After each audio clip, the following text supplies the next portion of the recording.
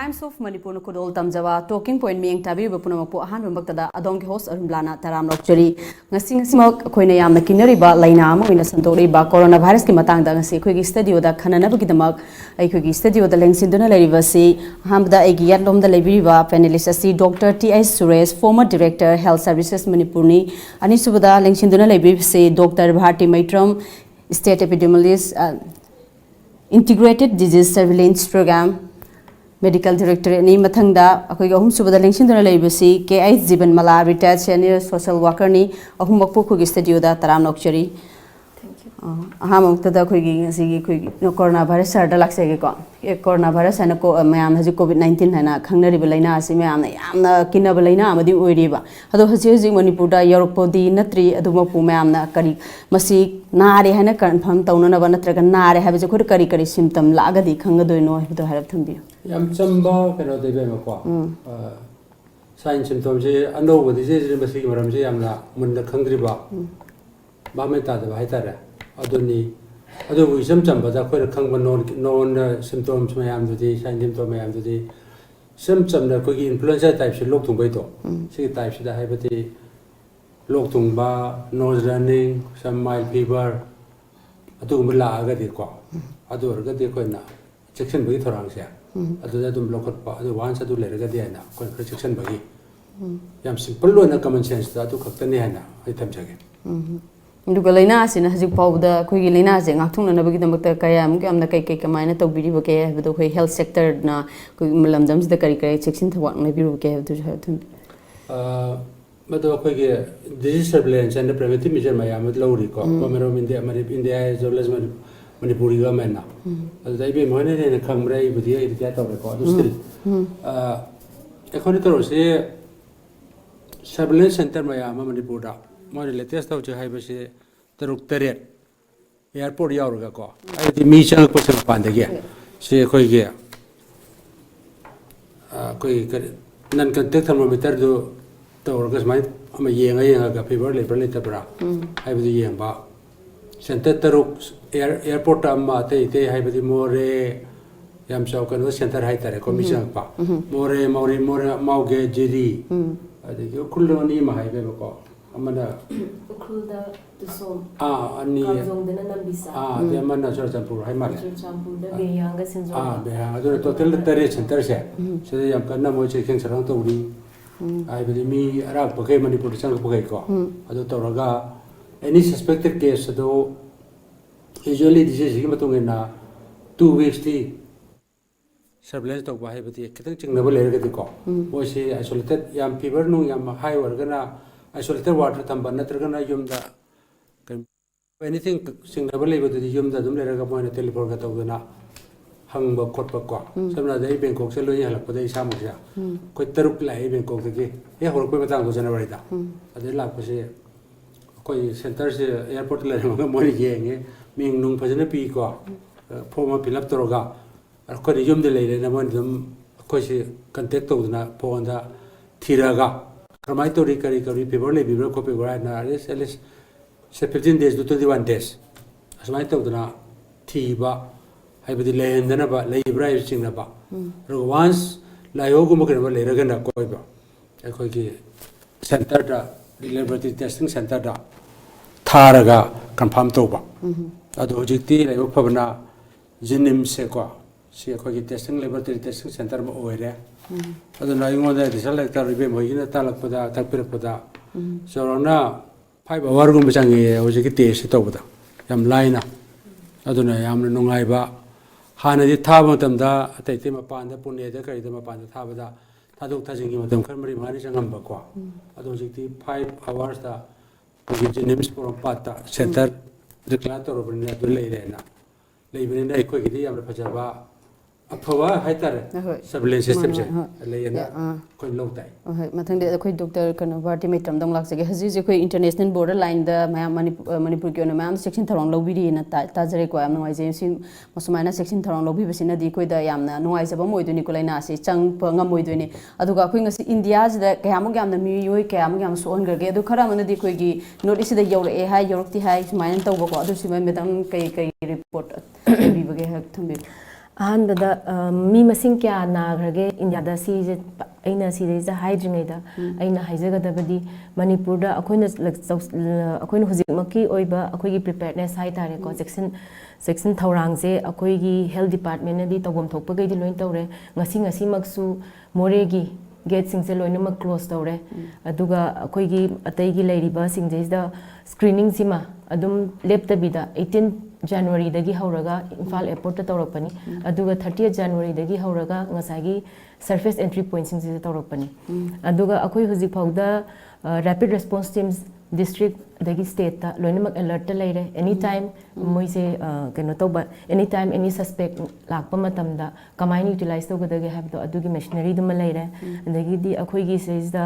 24/7 control room telephone number ꯑꯃ functional ꯑꯣꯏꯔꯒ ꯂꯩ 31 ꯖꯅꯋꯥꯔꯤꯗꯒꯤ ꯑꯗꯒꯤ ꯑꯇꯣꯞꯄꯅ ꯑꯩꯈꯣꯏ IEC ꯁꯤꯃ ꯑꯗꯨꯝ ꯑꯅꯝꯕ ꯃꯇꯝꯗ ꯇꯧꯏ ꯑꯩꯈꯣꯏꯒꯤ ꯗꯥꯏꯔꯦꯛꯇꯔ ꯍꯦꯜꯊ ꯁꯔꯚꯤꯁꯦꯁꯀꯤ ꯔꯤꯄ꯭ꯔꯦꯖꯦꯟꯇꯦꯇꯤꯚꯅ ꯗꯤꯁꯀꯁꯟ ꯑꯥꯋꯔꯁ ꯃꯌꯥꯝ ꯑꯃꯗ ꯆꯠꯂꯤ ꯑꯗꯒꯤ AIR ꯑꯗꯒꯤꯗꯤ ꯗꯨꯔꯗꯔꯁꯟ ꯁꯤꯁꯦ ꯂꯣꯏꯅꯃꯛ ꯇꯧꯔꯤ ꯑꯗꯒꯤꯗꯤ ꯄ꯭ꯔꯤꯟꯠ ꯑꯦꯟ ꯏꯂꯦꯛꯇ꯭ꯔꯣꯅꯤꯛ ꯃꯦꯗꯤꯌꯥ ꯃꯌꯥꯝꯁꯤꯁꯨ ꯑꯗꯨꯝ ꯇꯧꯔꯤ ꯀꯩꯅꯣꯒꯤ ꯈꯨꯠꯊꯥꯡꯗꯁꯨ ꯃꯥꯏꯒꯣꯚꯀꯤ ꯈꯨꯠꯊꯥꯡꯗꯁꯨ ꯑꯩꯈꯣꯏꯅ ꯁꯤꯁꯤꯗ ꯃꯌꯥꯝꯗ ꯏꯟꯐꯣꯔꯃꯦꯁꯟ ꯃꯌꯥꯝ ꯑꯃ ꯄꯤꯔꯤ ꯑꯗꯨꯒ ꯁꯤꯒ ꯂꯣꯏꯅꯅ ꯑꯩꯈꯣꯏ ꯗꯦꯂꯤ ꯁꯤꯆꯨꯋꯦꯁꯟ ꯑꯞꯗꯦꯠ ꯑꯃ ꯁꯤ ꯑꯩꯈꯣꯏ ꯗꯥꯏꯔꯦꯛꯇꯣꯔꯦꯠ ꯑꯣꯐ ꯍꯦꯜꯊ ꯁꯔꯚꯤꯁꯦꯁꯅ ꯊꯣꯛꯑꯒ ꯃꯤ ꯀꯌꯥꯝ ꯑꯩꯈꯣꯏ ꯁꯤꯗꯩꯁꯤꯗ ꯀꯌꯥꯝ ꯆꯪꯉꯛꯏ ꯀꯌꯥꯝ ꯁ꯭ꯀ꯭ꯔꯤꯟ ꯇꯧꯔꯒꯦ ꯍꯥꯏꯕꯁꯤꯁꯨ ꯑꯩꯈꯣꯏꯅ ꯄꯤꯔꯤ ꯁꯤꯁꯤꯃ ꯍꯥꯏꯔꯒ ꯏꯟꯗꯤꯌꯥꯗ ꯉꯁꯤ ꯐꯥꯎꯕꯗ ꯑꯩꯈꯣꯏꯒꯤꯁꯦ ꯑꯣꯟꯂꯥꯏꯟ ꯑꯦꯟꯇ꯭ꯔꯤꯅꯦꯕ ꯇꯧꯔꯤꯁꯦ ꯍꯥꯏꯕꯗꯤ ꯍꯧꯖꯤꯛꯃꯛꯁꯨ ꯑꯦꯟꯇ꯭ꯔꯤ ꯇꯧꯔꯤ ꯑꯩꯅ ꯍꯧꯖꯤꯛꯁꯦ ꯃꯤ 95ꯅꯦ ꯍꯥꯏꯔꯒꯦꯕ 95ꯁꯦ ꯉꯥꯏꯍꯥꯛ ꯂꯩꯔꯒ 94 ꯑꯣꯏꯔꯛꯄ ꯌꯥꯏ ꯕꯤꯀꯣꯁ ꯑꯦꯟꯇ꯭ꯔꯤꯁꯦ ꯑꯗꯨꯝ ꯇꯧꯔꯒ ꯂꯩꯔꯤ ꯃꯤ ꯈꯨꯗꯤꯡꯃꯛ ꯏꯟꯇꯤꯒ꯭ꯔꯦꯇꯦꯗ ꯗꯤꯖꯤꯖ ꯁꯔꯚꯦꯂꯦꯟꯁ ꯄ꯭ꯔꯣꯒ꯭ꯔꯥꯝꯒꯤ ꯁꯤꯗ ꯂꯩꯔꯤꯕ ꯁ꯭ꯇꯥꯐꯁꯤꯡꯁꯤꯅ 24 hours round the clock ꯃꯣꯏ ꯑꯦꯟꯇ꯭ꯔꯤ ꯇꯧꯔꯤ ꯑꯗꯒꯤꯗꯤ ꯁꯦꯝꯄꯜ ꯇꯦꯁꯇꯤꯡ ꯀꯩꯀꯩ ꯇꯧꯔꯤꯕꯅꯤ나 ꯑꯗꯣ ꯍꯧꯖꯤꯛꯃꯛꯀꯤ ꯑꯣꯏꯅ ꯑꯩꯅ ꯂꯥꯛꯄ ꯐꯥꯎꯗ ꯃꯤ 95ꯅꯤ ꯁꯤꯗ ꯂꯩꯁꯦ ꯍꯔꯤꯌꯥꯅꯥ ꯈ꯭ꯋꯥꯏꯗꯒꯤ ꯌꯥꯝꯃꯦ ꯍꯔꯤꯌꯥꯅꯥꯅ 14 ꯂꯩ ꯗꯦꯜꯂꯤ 3 ꯀꯔꯅꯥꯇꯀꯥ 4 ꯀꯦꯔꯂꯥꯁꯦ 10 ꯌꯧꯈ꯭ꯔꯦ ꯂꯗꯥꯈꯇ 2 ꯂꯩ ꯇꯥꯃꯤꯜ ꯅꯥꯗꯨ 1 ꯇꯦꯂꯪꯒꯥꯅꯥ 1 UP 9 ꯔꯥꯖꯁꯊꯥꯟ 2 ꯁꯤꯅ 45ꯅꯤ ꯑꯗꯨꯒ 45 ꯁꯤꯁꯤꯅ ꯉꯥꯏꯍꯥꯛ ꯂꯩꯔꯒ 49 ꯌꯧꯔꯛꯄ ꯌꯥꯏ 46 47 ꯑꯗꯨꯝ ꯌꯧꯔꯛꯄ ꯍꯥꯏꯕꯁꯤꯗꯤ suspected samples mayam ama test toribanina adagi negative oirakpa positive oirakpa sidi yauni ada aina mayam da haizening badi akoina saigi 45 India da anaba nar hena positive ore na confirm orije sigi different part of the canonic ba ado da ko en hal men amna lakchani hajik si lakhribas matung akoi north east di laktrige north east di ngasi makhibo as of now hai tare ko aina huji bok data collect torakpa di ambo leitri अखोइना suspect तौरगा मणिपुरदसु अखोइगी surveillance system से क्याम फजन तौरिगे हाइबसी येंगनाबा मसाइगी suspected samples मयाम अमा Thai सिगी मनुंगदा ngasi बौदा positive ओइबा याउद्रि अदुगा हुजिक अइना अमा मरक थना अइना अमा हाइजनिंगिसना लाख मी लाख अमा हेना सोहनग्रे मालेम सिदैसदा सिगी मनुंगदा मी लिसिंग मरी सुरनेबा लिसिंग अहुमगा चनिपान समथिंग नेबा सिगी जेन सिरिनी अदुदा अइना हाइजनिंगिदि सिरिबा मसिंगसिना लिसिंग अहुम चनिपान खतनी अदुगा नारिबसिना ला अमगी मथकनेबा लेहौरिबा सिबा नतब अतैसिंगजे they will eventually recover तौरक्पा अमा नत्रगना हेना serious ओइबदुना लैगिदबा खोटकिदबा याउदोइनी अदो लैना अमदा सम इन्फ्लुएंजा गी अखोइना जनरल ट्रेन से येंगबा मतमदा just 3% खतनेबा serious ओइबा कंडीशन सिंग सिगी 3% खतंग सिगनगदोइनी अदना recover तौबगी चांग से यामना वांगबनिना अखोइना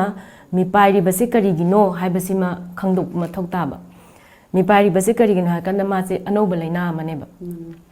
कमाइन तौर संदुई कनादै कनाना लौननी अखोइना इन्फ्लुएंजानी सरनसु ताकपीरे अदुगिदी लोक लाइहौनी हाइबसिमदि खंगगा मागी ट्रांसमिशन पैटर्न्स खंगद्रिबा अदगिदी कना कनानो रिस्क फैक्टर्स हाइतारेको कना कनादने हेना नागनगनी अदगिदी मासे क्याम साथीबा लैना ओइबजानो मागी सिवियरिटी सिगुमसे खंगदबनिना अखोइना वायरस से अनौबो ओइबनिना अदुदा अखोइना सेजदा यामना एम्फेसिस पीरगा यारी मखै मणिपुरदा लैना सिगी खोंगुन तादनबा ममी तादनबा होनजबनेबा अदुगिनी प्रिपेयर्डनेस सिदी अदुगा तौबगिदी मालेम कुमदा संदोरे हुजिक लैरिसिदी नहांगैदी चाइनागा वर्ल्ड तौनरंबनेबा हुजिकती चाइनादा मसिंगजे हंदरगा वर्ल्ड हेंगलई इंडियादासु तम तम हेंगलई अदो हुजिक अखोइना तौरिसदी मणिपुरदा करमाइना चंगहलगोइदगे हाइबसिनी सरकारगी माइकैदगिदी यामना लोइनमक सेक्शन थौरांग लोइनमक लोखटले अइनासु हाइजग्रेको दुमलै ꯌꯥꯝ ꯅꯨꯡꯉꯥꯏꯖꯩ ꯅꯨꯃꯤꯗꯥꯡ ꯅꯪ ꯂꯥꯛꯆꯒꯦ ꯑꯩꯈꯣꯏꯒꯤ ꯍꯧꯖꯤꯛ ꯂꯩꯅꯥꯁꯦ ꯃꯐꯝ ꯈꯨꯗꯤꯡꯃꯛꯇ ꯂꯣꯏꯅ ꯁꯟꯗꯣꯔꯛꯑꯦ ꯑꯩꯈꯣꯏ ꯃꯅꯤꯄꯨꯔꯗ ꯍꯧꯖꯤꯛ ꯌꯥꯎꯁꯪ ꯀꯨꯝꯍꯩꯁꯨ ꯀꯟꯅ ꯆꯠꯊꯔꯤꯕ ꯑꯗꯣ ꯃꯌꯥꯝꯁꯦ ꯀꯤꯅꯕ ꯑꯃꯁꯨ ꯑꯣꯏꯔꯤꯅꯦꯕ ꯃꯤꯄꯥꯏꯅꯕ ꯑꯃꯁꯨ ꯑꯣꯏꯔꯤꯅꯦꯕ ꯑꯗꯣ ꯑꯩꯈꯣꯏꯒꯤ ꯂꯝꯗꯝꯁꯤꯗ ꯌꯥꯎꯁꯪꯁꯤꯗꯤ ꯇꯧꯗ ꯌꯥꯗꯕꯅꯤꯅ ꯑꯗꯨꯝ ꯇꯧꯔꯤ ꯊꯥꯕꯜ ꯁꯤꯜꯂꯤ ꯁ꯭ꯄꯣꯔꯠ ꯁꯤꯜꯂꯤ ꯑꯉꯥꯡ ꯃꯌꯥꯝ ꯇꯧꯔꯤꯕ ꯃꯁꯤꯗ ꯑꯩꯈꯣꯏꯒꯤ ꯆꯦꯛꯁꯤꯟ ꯊꯧꯔꯥꯡꯁꯦ ꯀꯔꯤ ꯆꯦꯛꯁꯤꯟ ꯊꯧꯔꯥꯡ ꯂꯧꯕꯤꯔꯒꯗꯤ ꯂꯩꯅꯥꯁꯤꯗꯒꯤ ꯉꯥꯛꯊꯣꯛꯀꯅꯤꯅ ꯈꯟꯕꯤꯕꯒꯦ ꯑꯍꯥꯟꯕꯃꯛꯇꯗ ꯑꯩꯅ ꯇꯣꯝ ꯇꯤꯚꯤꯕꯨ ꯑꯃꯁꯨꯡ ꯌꯦꯡꯕꯤꯔꯤꯕ ꯈꯨꯗꯤꯡꯃꯛꯄꯨ ꯑꯩꯅ ꯅꯣꯛꯆꯔꯤ ꯌꯥꯎꯁꯪ ꯍꯥꯏꯁꯤꯀꯣ ꯌꯥꯎꯅꯣꯏꯁꯨ ꯌꯥꯄꯣꯟꯇꯦ ꯌꯥꯎꯁꯪꯁꯦ ꯉꯥꯏꯗꯅ ꯂꯩꯖꯔꯛꯏꯕꯅꯤ ꯑꯩꯈꯣꯏꯒꯤ ꯑꯉꯥꯡ ꯅꯨꯄꯤ ꯃꯆꯥꯁꯤꯡ ꯅꯨꯄꯥ ꯃꯆꯥꯁꯤꯡ ꯍꯧꯔꯛꯏꯕ ꯄꯨꯝꯅꯃꯛ ꯁꯤꯒꯤ ꯀꯨꯝꯍꯩꯁꯤꯗꯤ ꯌꯥꯎꯅꯣꯏꯁꯨ ꯌꯥꯗꯦ ꯅꯪ ꯅꯥꯅꯤ ꯑꯗꯨ ꯇꯧꯅꯤꯅ ꯇꯣꯛꯑꯣꯏꯁꯤ ꯌꯥꯕ ꯄꯣꯠ ꯅꯠꯇꯦ ꯑꯗꯨꯕꯨ ꯍꯥꯏꯅ ꯌꯥꯎꯁꯪ ꯂꯥꯛꯑꯦ ꯍꯧꯖꯤꯛꯁꯤ ꯌꯥꯎꯁꯪꯒꯤ ꯀꯨꯝꯍꯩꯁꯤ ꯌꯥꯎꯅꯅꯕ ꯑꯉꯥꯡ ꯃꯌꯥꯝ ꯑꯃꯅ ꯄꯩꯁꯥꯕꯨ ꯈꯥꯏꯕꯅꯦ ꯊꯥꯕꯜ ꯆꯣꯡꯅꯤꯕꯨ ꯍꯥꯏꯕꯅꯦ ꯌꯥꯝ ꯇꯧꯅꯔꯤꯀꯣ ꯑꯗꯨꯅ ꯃꯈꯣꯏꯗ ꯁꯤꯒꯤ ꯂꯥꯏꯅꯥꯁꯤꯒꯤ ꯀꯩꯅꯣꯁꯦ ꯃꯈꯣꯏꯅ ꯑꯗꯨꯛ ꯍꯥꯛꯅ ꯃꯣꯏ ꯈꯪꯗꯕ꯭ꯔꯥ ꯁꯤꯒꯤ ꯀꯩꯅꯣꯁꯦ ꯑꯦꯋꯦꯌꯔ ꯑꯣꯏꯗꯕꯗꯣ ꯍꯥꯏꯕꯗꯤ ꯍꯥꯎ ꯁꯤꯔꯤꯌꯁ ꯏꯠ ꯏꯁ ꯍꯥꯏꯕꯗꯣꯀꯣ ꯑꯗꯨꯃꯁꯨ ꯑꯣꯏꯕ ꯌꯥꯏ ꯍꯥꯏꯗꯤ ꯑꯣꯏꯔꯒꯁꯨ ꯃꯣꯏꯅ ꯖꯁ ꯅꯦꯒ꯭ꯂꯦꯛꯇꯦꯠ ꯀꯩꯒꯤꯅꯣꯗ ꯃꯤ ꯈꯨꯗꯤꯡꯃꯛꯁꯦ ꯑꯩꯈꯣꯏꯗ ꯊꯣꯛꯇ꯭ꯔꯤꯉꯩꯗꯤ ꯅꯥꯔꯛꯇ꯭ꯔꯤꯉꯩꯗꯤ ꯀꯅꯥꯝꯇꯅ ꯑꯩꯈꯣꯏꯒꯤ ꯀꯩꯅꯣꯁꯦ ꯂꯥꯌꯦꯡꯕꯒꯤ ꯊꯕꯛ ꯄ꯭ꯔꯤꯚꯦꯟꯇꯤꯚ ꯃꯦꯖꯔꯁꯤ ꯀꯅꯥꯁꯨ ꯂꯧꯗꯦ ꯑꯗꯨꯗ ꯅꯠꯇꯅ ꯑꯩꯈꯣꯏꯁꯤ ꯑꯩꯈꯣꯏꯒꯤ ꯖꯁ ꯆꯦꯛꯑꯞ ꯇꯧꯒꯦ ꯀꯥꯏꯅ ꯍꯥꯏꯕꯒꯤ ꯄꯣꯠꯁꯦ ꯏꯚꯟ ꯑꯩꯈꯣꯏ ꯂꯥꯏꯔꯤꯛ ꯂꯥꯏꯁꯨꯒꯤ ꯃꯉꯥꯟ ꯈꯔ ꯂꯩꯖꯔꯦ ꯀꯥꯏꯅ ꯇꯧꯖꯔꯤꯕꯁꯤꯃꯛꯁꯨꯀꯣ ꯑꯩꯈꯣꯏꯁꯨ ꯁꯨꯡꯇꯧ ꯇꯧꯗꯦꯕ ꯃꯁꯤꯁꯨ ꯑꯩꯈꯣꯏꯒꯤ ꯌꯥꯝꯅ ꯐꯠꯇꯕ ꯍꯦꯕꯤꯠ ꯑꯃꯅꯤ ꯍꯥꯏꯅ ꯂꯧꯋꯦꯕ ꯑꯗꯨꯅ ꯑꯁꯤꯒꯨꯝꯕ ꯃꯇꯝꯁꯤꯗ ꯃꯈꯣꯏꯅ ꯁꯤꯒꯤ ꯄꯣꯠꯁꯤ ꯑꯗꯨ ꯌꯥꯝꯅ ꯃꯃꯨꯠ ꯇꯥꯅ ꯁꯤꯅ how serious it is and how it can affect and how it causes ꯍꯥꯏꯅ ꯁꯤꯅꯆꯤꯡꯕ ꯃꯌꯥꯝꯁꯤ ꯀꯩꯝꯇ ꯈꯪꯕ ꯄꯣꯠ ꯅꯠꯇ꯭ꯔꯦꯕ ꯃꯣꯏꯗꯤ ꯑꯗꯨꯅ ꯃꯔꯝ ꯑꯣꯏꯔꯒꯅꯦꯕ ꯃꯣꯏꯅ ꯀꯩꯅꯣ ꯇꯧꯔꯤꯁꯦ ꯑꯗꯨꯕꯨ ꯇꯉꯥꯏ ꯐꯗꯅ ꯃꯣꯏꯅ ꯁꯤꯒꯨꯝꯕꯁꯤ ꯇꯧꯔꯒꯦ ꯍꯥꯏꯔꯀꯥꯟꯗꯗꯤ ꯃꯣꯏꯁꯤꯗꯀꯣ ꯍꯧꯖꯤꯛꯀꯤ ꯑꯣꯏꯅꯅꯤꯀꯣ ꯁꯤꯒꯤ ꯃꯇꯨꯡꯗꯕꯨꯗꯤ ꯑꯩꯈꯣꯏꯅ ꯑꯦꯋꯦꯌꯔꯅꯦꯁ ꯃꯌꯥꯝ ꯑꯃ ꯄꯤꯕꯤꯗꯅ ꯄ꯭ꯔꯤꯚꯦꯟꯇꯤꯚ ꯀꯩꯅꯣ ꯃꯌꯥꯝ ꯑꯃ ꯑꯦꯁꯄꯦꯛꯇ ꯄ꯭ꯔꯤꯚꯦꯟꯇꯤꯚ ꯁꯥꯏꯠ ꯂꯣꯝꯗ ꯀꯩ ꯇꯧꯁꯤꯒꯦ ꯈꯣꯠꯁꯤꯒꯦ ꯍꯥꯏꯕꯗꯣ ꯇꯥꯛꯄꯤ ꯈꯣꯠꯄꯤꯕ ꯌꯥꯝ ꯇꯧꯕ ꯌꯥꯏ ꯑꯗꯣ ꯍꯧꯖꯤꯛꯀꯤ ꯑꯣꯏꯅ ꯇꯧꯕꯁꯤꯗꯗꯤ ꯃꯈꯣꯏꯗ ꯑꯩꯈꯣꯏꯅ ꯖꯁ ꯇꯧꯍꯟꯒꯗꯧꯕꯁꯦ ꯇꯧꯍꯟꯒꯗꯣꯏꯁꯤ ꯀꯅꯥꯗ ꯍꯥꯏꯔꯒ ꯀꯔꯝꯕ ꯄꯥꯔꯇꯤꯅ ꯃꯈꯣꯏꯗ ꯑꯦꯋꯦꯌꯔ ꯑꯣꯏꯍꯟꯒꯗꯣꯏꯕ ꯏꯗꯨꯀꯦꯠ ꯇꯧꯗꯣꯏꯕ ꯍꯥꯏꯗꯨꯗꯤ ꯍꯧꯖꯤꯛ ꯇꯥꯏꯃꯤꯡꯁꯤ ꯌꯥꯗ꯭ꯔꯦꯕ ꯑꯗꯨꯃꯛꯄꯨ ꯖꯁ ꯁꯤꯒꯤ ꯄꯣꯠꯁꯤ ꯑꯩꯈꯣꯏꯒꯤ ꯁꯦꯅꯤꯇꯥꯏꯖꯔꯁꯤ ꯌꯥꯝ ꯇꯣꯏꯅ ꯁꯤꯖꯤꯟꯅꯕꯒꯤ ꯄꯣꯠꯁꯤꯃ ꯗꯣꯛꯇꯔꯁꯤꯡꯅꯁꯨ ꯂꯣꯏꯅ ꯍꯥꯏꯕꯤꯔꯤꯗꯨꯅꯤꯀꯣ ꯑꯩꯈꯣꯏꯁꯨ ꯑꯗꯨꯒꯤ ꯄꯣꯠꯇꯨꯗ ꯈꯪꯖꯩ ꯇꯥꯖꯩ ꯁꯦꯅꯤꯇꯥꯏꯖꯔꯁꯤ ꯑꯗꯨꯛꯀꯤ ꯃꯇꯤꯛ ꯁꯤꯖꯤꯟꯅꯕ ꯀꯣ ꯑꯗꯒꯤ ꯃꯍꯤꯛꯁꯤꯗꯤ ꯏꯚꯟ ꯃꯥꯒꯤ ꯄꯦꯔꯦꯠ ꯑꯃ ꯂꯩꯖꯩꯗꯅ ꯏꯟꯀ꯭ꯌꯨꯕꯦꯁꯟꯒꯤ ꯀꯣ ꯑꯗꯨꯒꯨꯝꯕ ꯃꯌꯥꯝ ꯑꯃ ꯂꯩꯕꯅꯤꯅ ꯇꯧꯗ꯭ꯔꯒꯁꯨ ꯃꯈꯥꯗ ꯑꯗꯨꯝ ꯃꯇꯝꯗꯨ ꯇꯧꯔꯒ ꯇꯥꯕꯅꯤꯅ ꯐ꯭ꯂꯣꯔꯒꯥꯁꯤ ꯐꯖꯅ ꯁꯦꯡꯗꯣꯛꯄ ꯈꯣꯠꯇꯣꯛꯄ ꯀꯥꯏꯅ ꯑꯗꯨꯒꯨꯝꯕꯁꯨ ꯌꯥꯝ ꯍꯥꯏꯀꯣ ꯑꯗꯒꯤ ꯄꯔꯁꯣꯅꯦꯜ ꯍꯥꯏꯖꯤꯟ ꯐꯖꯅ ꯃꯦꯟꯇꯦꯟ ꯇꯧꯕ ꯀꯥꯏꯅꯁꯨ ꯑꯗꯨꯝ ꯌꯥꯝꯅ ꯗꯔꯀꯥꯔ ꯑꯣꯏ ꯍꯥꯏꯅ ꯍꯥꯏꯀꯣ ꯖꯁ ꯇꯨ ꯄ꯭ꯔꯤꯚꯦꯟ ꯑꯗꯨꯗ ꯅꯠꯇꯅ ꯑꯩꯈꯣꯏꯒꯤ ꯀꯩꯅꯣꯁꯤ ꯑꯗꯨꯕꯨ ꯁꯤꯒꯤ ꯇꯥꯏꯃꯤꯡꯁꯤꯗ ꯀꯗꯥꯏꯗꯅꯣ ꯃꯈꯣꯏꯗ ꯍꯥꯏꯗꯣꯏꯁꯦ ꯍꯥꯏꯕꯁꯦ ꯑꯩꯈꯣই ꯁꯤꯒꯤ ꯈꯤꯇꯪ ꯀꯟꯐ꯭ꯌꯨꯖꯤꯡ ꯑꯣꯏꯕ ꯄꯣꯠ ꯑꯃꯅꯦꯕ ꯑꯗꯨꯃꯛꯄꯨ ꯑꯉꯥꯡꯁꯤꯡꯁꯤꯗ ꯑꯩꯈꯣꯏꯅ ꯉꯁꯤꯗꯒꯤ ꯋꯥꯁꯨ ꯅꯠꯇꯦ ꯍꯌꯦꯡꯁꯨ ꯂꯩꯔꯤ ꯃꯊꯪꯁꯨ ꯂꯩꯔꯤꯀꯣ ꯁꯤꯒꯨꯝꯕꯒꯤ ꯄꯣꯠꯁꯤ ꯂꯥꯏꯅꯥꯁꯤ ꯑꯥꯎꯠꯕ꯭ꯔꯦꯛ ꯑꯃ ꯂꯥꯛꯑꯕꯅꯤꯅ ꯑꯩꯈꯣꯏꯅ ꯇꯧꯒꯗꯧꯕꯁꯤ ꯁꯤꯒꯤ ꯄꯣꯠꯁꯤ ꯌꯥꯝ ꯁꯤꯖꯤꯟꯅꯕ ꯑꯃ ꯗꯔꯀꯥꯔ ꯑꯣꯏꯌꯦ ꯍꯥꯏꯕꯗꯨꯃꯗꯤ ꯈꯪꯍꯟꯕꯤꯕ ꯑꯃꯗꯤ ꯌꯥꯝ ꯗꯔꯀꯥꯔ ꯑꯣꯏꯌꯦꯅ ꯈꯜꯂꯦ ꯑꯗꯨꯒ ꯃꯥꯛꯁ ꯎꯞꯄꯒꯤ ꯄꯣꯠꯁꯦ ꯃꯁꯤ ꯑꯩꯅ ꯁꯨꯝ ꯗꯣꯛꯇꯔꯁꯤꯡ ꯑꯈꯪ ꯑꯍꯩꯁꯤꯡꯗꯒꯤ ꯇꯥꯖꯕꯗ ꯑꯗꯨꯛ ꯌꯥꯝꯅ ꯃꯗꯨ ꯇꯧꯗ꯭ꯔꯗꯤ ꯌꯥꯗꯦ ꯌꯥꯝ ꯏꯝꯄꯣꯔꯇꯦꯟꯅꯤ ꯃꯁꯤꯅ ꯌꯥꯝꯅ ꯐꯥꯔꯁ ꯄ꯭ꯔꯥꯏꯌꯣꯔꯤꯇꯤ ꯄꯤꯕꯒꯤ ꯄꯣꯠꯇꯤ ꯊꯣꯏꯗꯣꯛꯅ ꯍꯥꯏꯗꯦꯀꯣ ꯖꯁ ꯁꯦꯅꯤꯇꯥꯏꯖꯔ ꯁꯤꯖꯤꯟꯅꯕꯒꯤ ꯄꯣꯠꯁꯤ ꯑꯣꯏꯅ ꯑꯌꯥꯝꯕꯅ ꯑꯗꯨꯝ ꯇꯧꯕꯤꯌꯦꯕꯀꯣ ꯑꯗꯨꯅ ꯁꯤꯒꯤ ꯌꯥꯎꯁꯪꯒꯤ ꯄꯣꯠꯁꯤꯗꯤ ꯊꯣꯛꯂꯛꯀꯅꯣꯗꯤ ꯌꯥꯗ꯭ꯔꯦ ꯁꯤꯒꯤ ꯃꯃꯥꯡꯗ ꯑꯩꯅ ꯈꯟꯖꯕꯗ ꯒꯃꯦꯟꯒꯤ ꯁꯥꯏꯠꯇꯒꯤꯁꯨ ꯁ꯭ꯇꯦꯞ ꯃꯌꯥꯝ ꯑꯃ ꯂꯧꯈꯠꯄꯤꯔꯤꯑꯕꯀꯣ ꯂꯧꯈꯠꯄꯤꯔꯤꯕ ꯄꯣꯠꯁꯦ ꯀꯗꯥꯏꯐꯥꯎ ꯌꯧꯒꯦ ꯌꯧꯗꯒꯦ ꯍꯥꯏꯕꯒꯤ ꯄꯣꯠꯇꯨꯃꯗꯤ ꯑꯩꯈꯣꯏ ꯈꯪꯗ꯭ꯔꯦ ꯑꯗꯒꯤ ꯑꯩꯈꯣꯏꯒꯤ ꯁꯣꯁꯥꯏꯇꯤꯁꯤꯗ ꯂꯩꯔꯤꯕ ꯑꯩꯈꯣꯏ ꯄ꯭ꯔꯖꯥꯁꯤꯡꯁꯤꯁꯨꯕꯀꯣ ꯑꯩꯈꯣꯏꯒꯤ ꯍꯦꯜꯊ ꯁꯤꯀꯤꯡ ꯕꯤꯍꯦꯕꯤꯌꯔꯁꯦ ꯑꯩꯈꯣꯏꯅ ꯇꯧꯔꯤꯁꯦ ꯃꯤꯅ ꯗꯥꯛꯇꯔ ꯑꯁꯨꯛ ꯌꯥꯝꯅ ꯐꯦꯁꯤꯂꯤꯇꯤꯁ ꯃꯌꯥꯝ ꯑꯃ ꯂꯩꯔꯐꯥꯎꯗ ꯑꯩꯈꯣꯏ ꯆꯠꯂꯣꯏꯑꯕ ꯑꯩꯈꯣꯏ ꯊꯣꯛꯐꯝ ꯇꯧꯔ ꯂꯩꯅꯦꯕ ꯅꯥꯔꯛꯑꯀꯥꯟꯗ ꯑꯩꯈꯣꯏ ꯆꯠꯀꯅꯦꯕ ꯑꯗꯨꯅ ꯃꯁꯤ ꯐꯦꯁꯇꯤꯚꯦꯜꯁꯤ ꯂꯥꯛꯄꯁꯤꯗꯗꯤ ꯑꯩꯈꯣꯏ ꯇꯁꯦꯡꯅ ꯑꯩꯒꯤ ꯄ꯭ꯔꯣꯃꯥꯏ ꯑꯩꯅ ꯍꯥꯏꯖꯕꯗꯀꯣ ꯑꯩꯅ ꯁꯦꯡꯅ ꯍꯥꯏꯖꯔꯕꯗ ꯊꯤꯡꯉꯨꯕꯗꯤ ꯌꯥꯗꯦ ꯇꯧꯕꯗꯕꯨ ꯀꯔꯝꯕ ꯖꯒꯥꯗ ꯃꯣꯏꯗ ꯈꯤꯇꯪ ꯁꯤꯒꯤꯁꯤ ꯂꯩ ꯑꯗꯨꯅꯗꯤ ꯅꯣꯏ ꯑꯗꯨꯃꯥꯏꯅ ꯇꯧꯔꯒꯁꯨ ꯁꯦꯅꯤꯇꯥꯏꯖꯔ ꯁꯤꯖꯤꯟꯅꯧ ꯂꯣꯏꯅꯃꯛ ꯃꯥꯛꯁ ꯎꯞꯄꯒ ꯊꯥꯕꯜ ꯆꯣꯡꯉꯣꯏꯗꯤ ꯌꯥꯄꯣꯟꯇꯦꯗꯅ ꯑꯗꯨꯒ ꯀꯅꯥꯅꯁꯨ ꯑꯩꯈꯣꯏ ꯑꯅꯥꯕꯁꯤ ꯃꯥ ꯅꯥꯔꯦ ꯈꯣꯠꯂꯦꯗꯤ ꯈꯪꯄꯣꯟꯇꯦꯕ ꯄꯣꯠꯇꯣ ꯑꯗꯨꯒꯨꯝꯕꯒꯤ ꯄꯣꯠꯇꯨ ꯂꯩꯕꯅ only infected person ꯗꯨꯗꯅꯦꯕ ꯑꯩꯈꯣꯏꯅ ꯀꯩꯅꯣ ꯇꯧ quarantine ꯑꯣꯏꯅ ꯊꯝꯕꯤꯌꯨ self quarantine ꯍꯥꯏꯅ ꯍꯥꯏꯗꯅ ꯃꯌꯥꯝ ꯍꯥꯏꯕꯤꯔꯤꯗꯨꯀꯣ ꯑꯗꯨꯅ ꯌꯥꯎꯁꯪ ꯂꯥꯛꯄꯁꯤꯗꯗꯤ ꯈꯤꯇꯪꯗꯤ ꯀꯟꯇ꯭ꯔꯣꯜ ꯇꯧꯕꯗꯤ ꯋꯥꯏ ꯑꯗꯨꯃꯛꯄꯨ ꯇꯞꯅ ꯇꯞꯅ ꯑꯩꯈꯣꯏꯅ ꯃꯈꯣꯏꯗ ꯈꯤꯇꯪ awareness ꯃꯆꯥ ꯑꯃ ꯄꯤꯕꯁꯦ even ꯂꯩꯀꯥꯏ ꯂꯩꯀꯥꯏꯒꯤ grassroots levelꯗꯒꯤ family levelꯗꯒꯤ community levelꯗꯒꯤ ꯄꯤꯍꯧꯕꯁꯦ ꯑꯩꯗꯤ ꯌꯥꯝ ꯀꯥꯟꯅꯅꯤ ꯍꯥꯏꯅ ꯈꯜꯂꯤ even ꯆꯣꯡꯉꯕꯥꯎꯗ ꯃꯈꯣꯏ enjoy ꯇꯧꯔꯕꯥꯎꯗ ꯑꯗꯨ ꯃꯉꯥꯏ ꯑꯩꯅ ꯈꯟꯖꯕꯗꯗꯤ ꯑꯩꯈꯣꯏ ꯚꯦꯂꯤ ꯗꯤꯁꯇ꯭ꯔꯤꯛ ꯍꯥꯏꯇꯥꯔꯦꯀꯣ ꯁꯤꯁꯦ ꯑꯩꯈꯣꯏ ꯄ꯭ꯔꯤꯟꯁꯤꯄꯜ ꯁꯦꯀ꯭ꯔꯦꯇꯔꯤꯒꯤ ꯃꯥꯒꯤ ꯗꯥꯏꯔꯦꯛꯇꯤꯚꯁꯀꯤ ꯃꯈꯥꯗ ꯃꯥꯏꯀꯤꯡ ꯆꯠꯂꯦ ꯑꯗꯒꯤꯗꯤ ꯆꯤꯐ ꯃꯦꯗꯤꯀꯦꯜ ꯑꯣꯐꯤꯁꯔꯅ ꯃꯥꯒꯤ ꯍꯦꯜꯊ ꯑꯦꯗꯨꯀꯦꯇꯔꯁ ꯍꯥꯏꯇꯥꯔꯦ ꯁꯤꯁꯤꯡꯁꯦ ꯁꯤꯖꯤꯟꯅꯔꯒ ꯉꯁꯥꯏꯒꯤ ꯌꯥꯎꯁꯪ ꯇꯧꯔꯤꯕ ꯃꯐꯝꯁꯤꯡꯁꯤꯗ ꯆꯠꯂꯒ ꯑꯦꯋꯦꯌꯔꯅꯦꯁ ꯄꯤꯌꯨ ꯌꯥꯔꯤꯕꯈꯩ ꯑꯩꯈꯣꯏꯅ ꯄꯤꯔꯤꯕ ꯁꯤꯗꯩꯁꯤꯗ ꯄꯤꯔꯤꯕ ꯄ꯭ꯔꯤꯀꯣꯁꯅꯔꯤ ꯃꯦꯖꯔꯁ ꯆꯦꯛꯁꯤꯟ ꯊꯧꯔꯥꯡꯗꯤ ꯀꯩꯅꯣ ꯍꯥꯏꯕꯗ इहान हानबदा कईगुंबा लाइहो फीवर को कफ सिगी से लेरबा अदगी सोरमबदा वाबा अदुगुंबा लेरबा लोक लाइहोगी सिम्पटम्स सरना हाबिगिबदो अदुगुंबा लेतारगदी यारगदी मियाम पुनबा मफमदा थोकपिरकनोबा सिसना ख्वाइदगी इसा इसागी दायित्व खंगबिरगा कईगिनो हाकांदा अइना इसासे नारे खंगगा थोलक तारगदी अइना मिंगोंदा स्प्रेड तौबगी चांस याम हेलेबा कईगुंबा अइना इसादा मैडम ना हाबिगद माइना युमदा self isolation hai tare ko quarantine tawraga thambibo oiragadi adui taragadi akoina sum haina bada lok lai hoi sidi hidak saraga numit tare ni chadraga hapta ama kaina dum haine ko adumai tawraga magi phagadaba oibado huji coronavirus ki matang je isam chamba lok lai hoi raga su sumaina mimyam pun famda tholak piganu khut sa seng na hambi sapon ga isinga tawraga hambi second kun changna मागी steps में आम लेरे अदुगा अतोपा मना कफ etiquette है अखोइना लोक खुबा मतमदा इसम कई हाइतारे सुमाइना लोक से खुदोखिबा मतमददी ngसाइगी वायरस से मागी साइसिना फुट अहोम की चांग सिबौददी पाइरगा फुट अहोम दुई मनुंगददी तादोइनेबा अदुना अदुगुंबगी सी लैबनिना अखोइना यारिगे मी अमगी डिस्टेंस से थंबियो हाबा अदु सिगुंबा मयाम से हाइबसी लोबी निंगबा मी यावी लोबी निंगदबा मी यावी अदुदा अखोइगी हेल्थ डिपार्टमेंट तगिदी अखोइगी सेक्शन बम थोकपा सेक्शन थौरांग लोखतसरे सीएमओ की लेवल दगी अदगिदी डायरेक्टर हेल्थ सर्विसेस की लेवल दगी सु तौरे अदा अइना सेजा अमा हाइजनिंगबना कनो से अखोइना होम डिपार्टमेंट लेरिको law and order ngaknabagi home department लेरि से कइगिनो अखोइ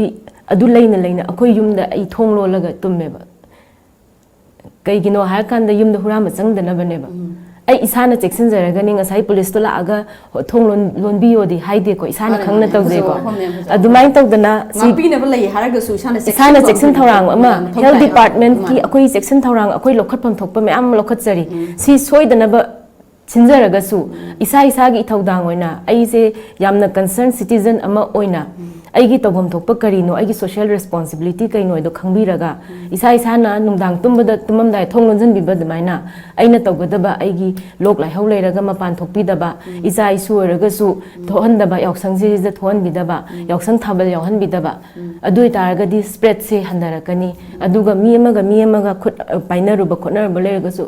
खुद सा फजन हमदोकपीबा अखोइना हैंड हाइजीन की टेक्निक्सिंग सिमा मयामदा लोइनमकसु हाइले दे कफ एटिकेट लेबिरबा दगिदी मैडम ना हाइरे मार्क सिमा अखोइ मी अमना अनाबा मी अमना उपकदबनी नादबा मीदी उपोइदबनी हाइबा मसु लेरेको सि मयाम से इल्लगदी अखोइ सिगे लाइना से थेंगनबा ngamनें खले अखोइ मणिपुर सिसु नुपिलाल हाइरगासु नुपिलाल से कनाना होरगा नुपी सिंगना होरखिबा लानी सिदैसेसु नुपीगी थौदांग यामना चावी कइगिनो हाकांदा युमदा लेरिसे नुपी सिंगना तौरिबनिना ए सर गिसु याबा लौजर गाइसके अदो ए नुपी सिंगना ngakta koi lorga ta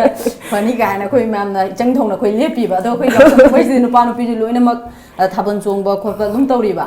सि मतांग सिदा खोगी मास्क उपतना थाबन चोंगा गदि फनी काना खोई खुद हैंड ग्लोव का तौदना तौरीबा सि मतांग सिदा सर कई हाइजे कनो दिदा सगी लना चंदो बाय दि थाबन दिन पार भी चोंग दे रि को P सिंगना Hena precautionary measure lobio active part lobio hai benda hai bade koi families de ayam de nupi na ayam ba charging control to hai no ba ni koi ba ko no ngai chaki ba ko ki ba samna ra da ado ayam na mama de yang ba pasa lo ba khop ba everything ko nupi na to bin nupi sing chun na active lobio hai ba thamni mai wa ni da ko ado ga sagi preventive measure mayam hai bi ki do be mani na ke no ne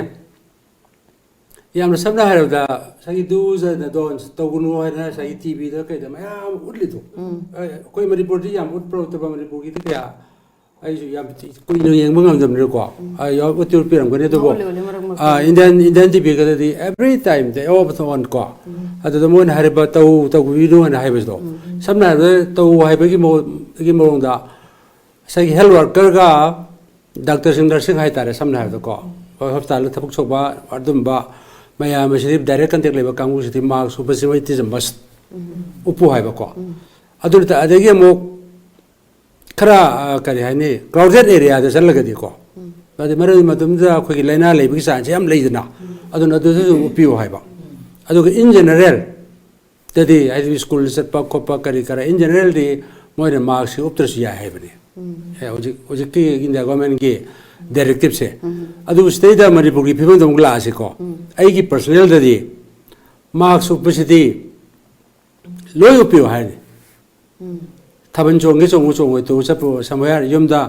anabli taba yum da lebadi leire ma pan tho ga di kaina number 1 da koi upun nung ki pollution game leire ko adu ma phai first the second da lok thung ne lok thung ga so ai thungi bai sina mark to pa ga di atop ta sandok pa ki chance very less 90% je koi isana sep to jaram ne ba aduna india government ma su kun ko no hai se ai di hujik ki matam ya se de koi Manipuri oi na di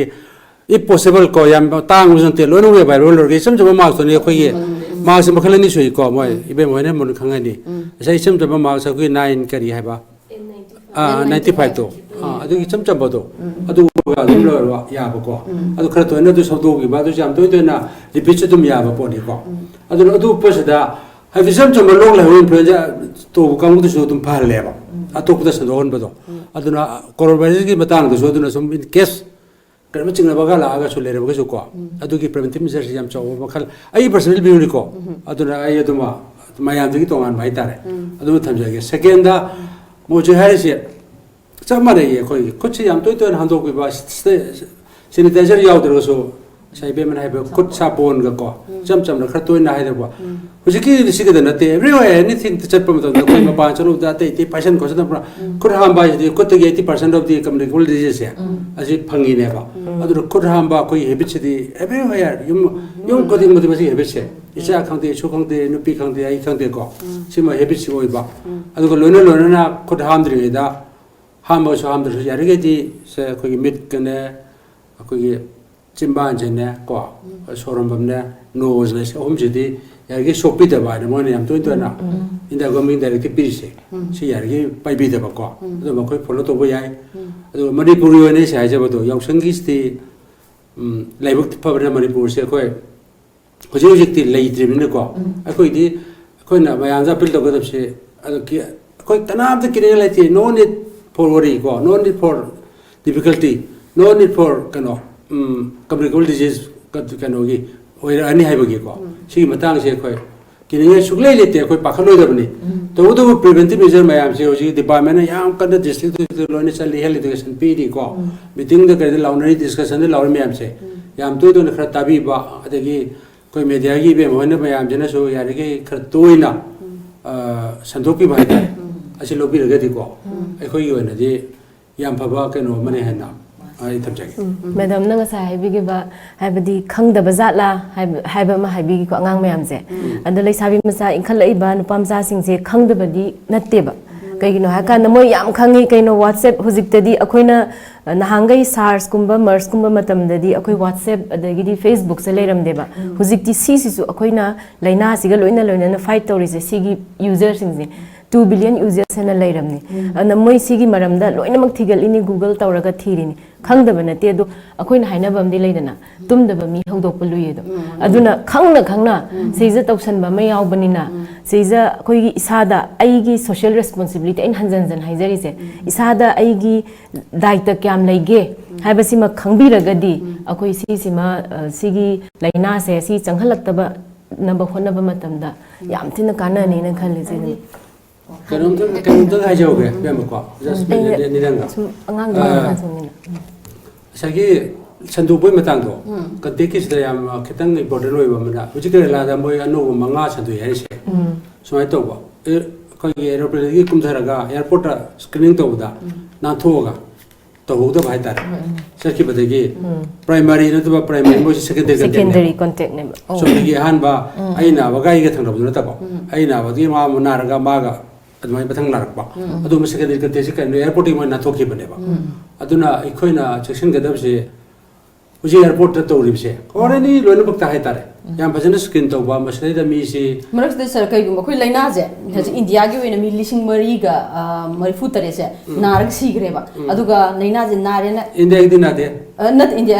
ꯋꯥꯔꯜꯒꯤ ꯑꯣꯏꯅ 4,443ꯁꯦ ꯁꯤꯈ꯭ꯔꯦꯕ ꯑꯗꯨꯒ ꯍꯧꯖꯤꯛ confirm ꯑꯣꯏꯕꯗꯅ 1,10,5,9,938 ꯅꯥꯔꯦꯅ confirm ꯇꯧꯏꯅꯦꯕ ꯑꯗꯨ ꯔꯤꯀቨꯔഡ് ꯑꯣꯏꯈ꯭ꯔꯦꯅ 64,385 से recover तौरेना हाइजे मसी कोई लेना जे नारगा recover तौरइजे मसी कर मसी लेना करमाइन तौरइ नुसी Matang हरब idea लेबे कमाइ मसी असाय केनो ने इन शॉर्टा सिगी लेरा से mi sama na berung da series fatality hai ko na fatality rate ko se about 3% 3.4% be me 3% hai mai na hai bi sama mi hom khai hom tene be series atei du na ga de dum phagal kani hai adu self ke immunity le be na aduna dum phagal ko influenza na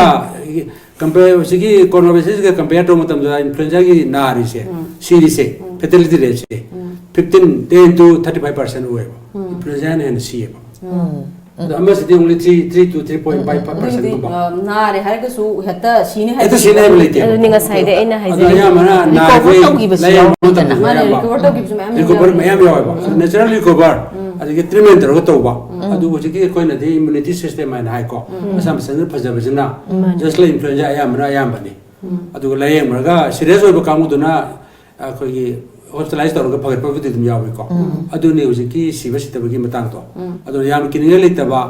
adu hai hajan so ko section da zero laina je yam anau ba mafam rang khang da gyan ta driba treatment gyan ta da ba kan mai chandoi khang da ba adu ma mo oi bene ko adu ga loiro tam tam na worldwide sum sandor ko si ko Italy ne Iran ne sumai to na sum ko sandor pa di Spain je sidai da kwai di chaw no ma hingale next to China the mo se China di tor ko di mathang lot le ro ma yang sum sandor ko ko di ko di US so yang kan mas strong mo preventive measure hai ta sai surveillance to adu to ri ba adu na khon ma sidi section da di so ya da ba adu maro ina khoi Manipur gi di indigenous people to ba de e je la kin le ri ko ma pande la ba se yang kan section nei sai ba to airport ga se sok na to da ba to ba mi se na to ku yan da ba the center teruk hang se so ko yam section na ko Burma de la Bomore tangum de Thailand gi Korea de gi sigi matang da di akoi section tawang se akoi gi thangnari ba Nagaland hai tare ko Nagaland gi state surveillance officer masamak akoi airport se power ga chakhi mem da adu ide yam appreciate tawrame hai badi mi sing se queue de lephalaga oi sing ngasai surveillance worker sing sina ama se jump tawrak pa nan thoke tabudi yaroi nang lepu oina tawraga strictly ngasai gi magi authority do sizinaraga VIP oigera amo oigera nan thok hande ba ko airport yam san akoi airport te yam phajan tawena man habirami aduga Kerala gi da tawrido masana magi social responsibility khangini ba nan thok no ge honori je nan thok matam manghali kana to adugini adu aina hai isa gi daita ama leitraga di sigi gumba laina se changhalak pada thing bai se ai isa gi daita aina sa habdo aina yumda thong lonjari do adu do taw da dam ha airport de koi le koi health authority do sector authority do section tare mane mo de ora la ga yar de sakde to do ne ba adu koi na koi se taw ri se yam section da koi se taw bi hai ba mane bo gi de pressure to ngai ne yam sumai taw da airport mo gi charu airport do mo na ha na su na le ri ko adu mo to bo ngam se asi India gi nan por jana tare adi mayam se do ga di manga ade sandor kwa se yam lu bo to positive case ne mo di ano one new positive case aduga huzik phauda local transmission hai tare ko huziki ani duna mana hairam da badagi mi amada sandre ꯑꯗꯨꯃꯥꯏꯅ ꯇꯧꯗꯅ ꯑꯒ꯭ꯔꯥꯗ ꯃꯤ ꯑꯃ ꯏꯇꯥꯂꯤꯗ ꯆꯠꯂꯨꯕꯗꯨꯅ ꯇꯔꯨꯛ ꯁꯟꯗꯣꯏ ꯁꯤ ꯅꯠꯇꯕ ꯑꯇꯩꯒꯩꯗꯤ ꯃꯄꯥꯟꯗ ꯏꯝꯄꯣꯔꯇꯦꯠ ꯉꯥꯛꯇꯅꯦꯕ ꯑꯗꯨꯅ ꯑꯩꯈꯣꯏ ꯃꯅꯨꯡꯁꯤꯗ ꯀꯝꯃ꯭ꯌꯨꯅꯤꯇꯤ ꯇ꯭ꯔꯥꯟꯁꯃꯤꯁꯟ ꯍꯥꯏꯇꯥꯔꯦ ꯁꯤꯁꯤꯗꯤ ꯍꯧꯖꯤꯛ ꯐꯥꯎꯒꯤ ꯑꯣꯏꯅ ꯃꯥꯒ ꯗꯥꯏꯔꯦꯛ ꯀꯣꯟꯇꯦꯛ ꯅꯠꯇꯕꯒꯩꯗꯗꯤ ꯂꯩꯇ꯭ꯔꯤ ꯑꯗꯨ ꯁꯤꯃ ꯑꯩꯈꯣꯏꯒꯤꯗꯤ ꯌꯥꯝꯅ ꯆꯥꯎꯊꯣꯛꯆꯅꯤꯡꯉꯥꯏꯅꯤ ꯍꯥꯏꯕꯗꯤ ꯏꯟꯗꯤꯌꯥꯗ ꯏꯟꯇꯤꯒ꯭ꯔꯦꯇꯦꯗ ꯗꯤꯖꯤꯖ ꯁꯔꯚꯦꯂꯦꯟꯁ ꯄ꯭ꯔꯣꯒ꯭ꯔꯥꯝꯁꯤꯅ ꯐꯖꯅ ꯁꯤꯁꯤꯒꯤ ꯆꯦꯛꯁꯤꯟ ꯊꯧꯔꯥꯡ ꯂꯧꯈꯠꯂꯤ ꯑꯗꯨꯒ ꯃꯅꯤꯄꯨꯔꯗꯁꯨ ꯑꯗꯨꯛꯀꯤ ꯃꯇꯤꯛ ꯆꯦꯛꯁꯤꯟ ꯊꯧꯔꯥꯡ ꯂꯧꯈꯠꯂꯤ ꯌꯦꯁ ꯌꯦꯁ ꯉꯁꯤ ꯍꯧꯖꯤꯛ ꯑꯩꯈꯣꯏꯅ ꯈꯟꯅꯔꯤꯕ ꯋꯥꯐꯝ ꯑꯁꯤ ꯀꯣꯔꯣꯅꯥ ꯚꯥꯏꯔꯁ ꯑꯁꯤ ꯀꯔꯝꯍꯥꯏꯅ ꯉꯥꯛꯊꯣꯛꯀꯗꯒꯦ ꯍꯥꯏꯕꯒꯤ ꯃꯇꯥꯡꯗ ꯈꯟꯅꯔꯤꯕꯅꯤ ꯃꯔꯛ ꯊꯠꯅ ꯑꯇꯦꯟꯕ ꯕ꯭ꯔꯦꯛ ꯑꯃꯇꯪ ꯂꯧꯖꯔꯤ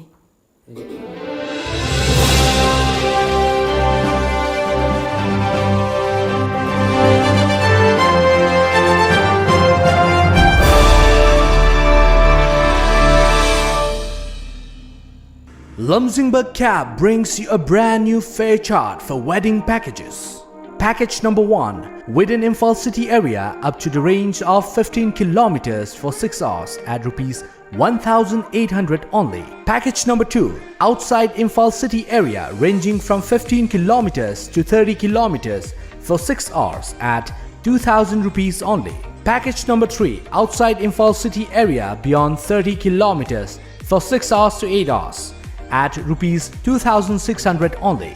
For details, suggestions or feedback, please contact 1800102759 or 8794613154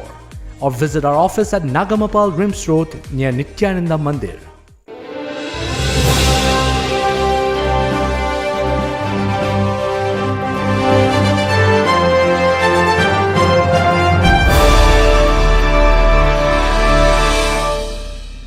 break मतुंगदा मैम अमुक हना तराम नोकचरी ngasi अखोगी स्टूडियोदा खनजरिबा हिरम बसी कोरोना वायरस असि मतौ कोरमना ngakthokadage manipurda karmaina changhaloi habagi matangdari makha tarakpoina koi madam jeevanmala laksege hoji hoji yausang thabalgi matangda amna tawriba degi globe upagadi de chinda mas upagadi chandoi kholoi kaina ma amna tawnariba matangje sida dum phanamna madam jo habiri ko si jei chana gyan taba budi change budi hairaga ju ado hand sanitizer thamaga chongbu ju yauriba mayam amako de globe supply tawroga mayam da chonghandana mask uptana tawriba mayam je masimangna loinamak thingni habadi kasu ngamba nateba ado karmaina tawrogadi hena afaba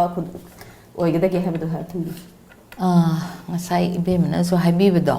nupimsa hora iba nupamsa singsi hojikandi google sta kaida ne ta loina khangdi loin khangaba ngaktani makoise they are not ignorant ko adumapu madu thawa sadaba haigadra khangaga so adu tawre ne haina wari si tawra kanda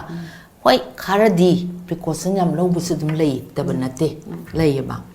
adugumbagi potsi adum leibana maram oiraga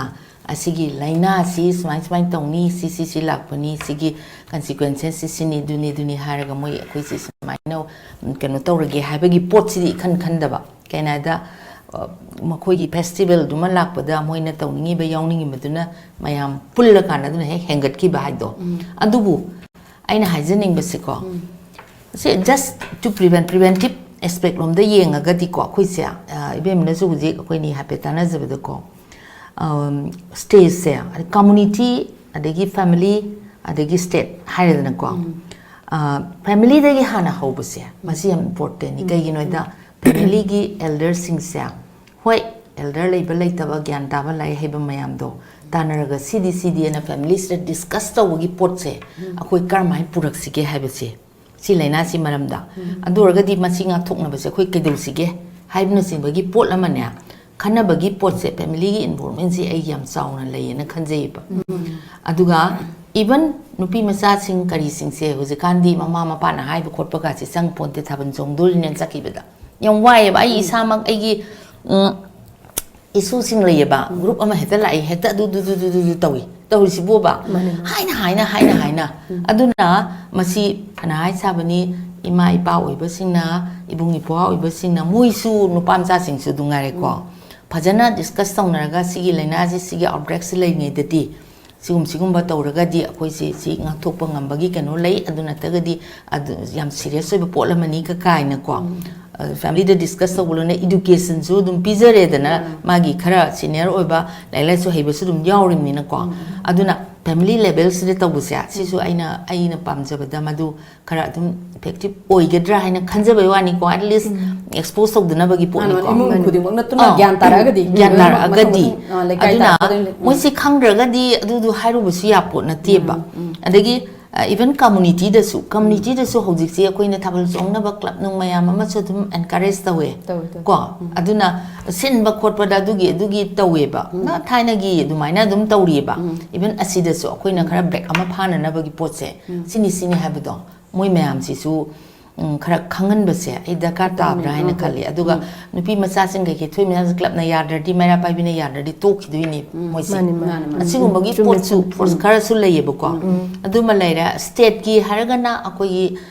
government na lokhat pa ya ba tawi be ya ba di education awareness kari amna kare ba mayam ama adum tawiri ko adagi hojiki ngasagi center mayam surveillance center mayam state ki side tagi di